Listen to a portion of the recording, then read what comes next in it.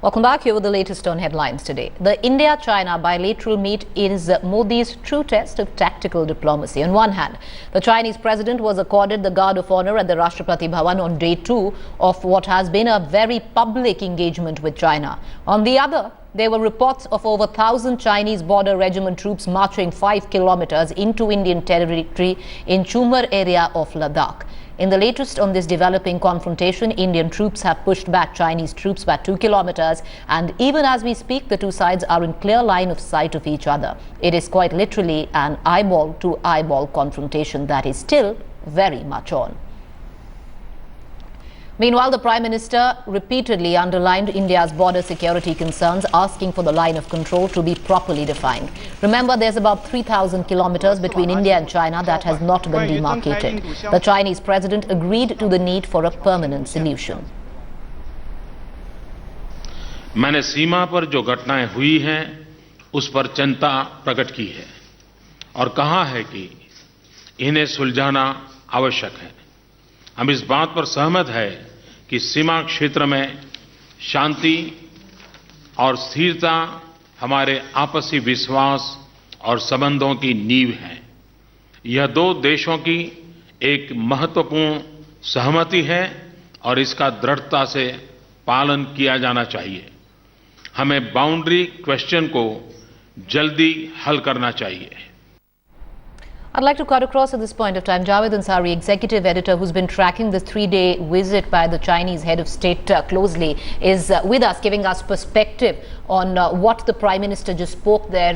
Javed, you know, it's a very tight rope of diplomacy that needs to be walked with China. Till now, how do you see, has India done that?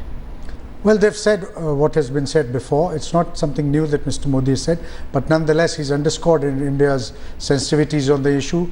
He's publicly said that he's raised this issue with the Chinese Premier. He's also, underscored the point that China needs to clarify the line of actual control.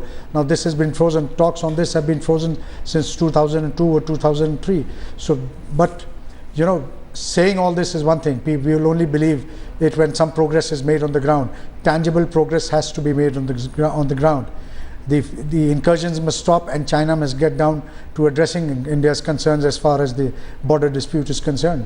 But the kind of message that the Prime Minister has gone out, because there's been so much conjecture over the last 2 days. At one end, people taking on the Prime Minister on what they call the Dhokla diplomacy and how this whole Bonhomie is just a smokescreen of so many unresolved issues. But the kind of speech that he did give today, Javed, could be at least at face value read as something which was strongly delivered message. Like I said again, words alone don't matter, what happens on the ground. There has to be tangible progress on the ground. It's one thing, the atmospherics were put in place yesterday. Now, where do we go forward from that? The success or failure or the lack of it will be decided on tangible progress made on the ground. Till that happens, the jury will still be out on the kind of success that Mr. Modi has been able to achieve vis-a-vis India's relations with China. All right. And Javed, in terms of business now, what is expected? Because we did see what's taken place all through the course of the day. And when you look at the agenda from the Chinese side, it's pretty much business that they want conducted.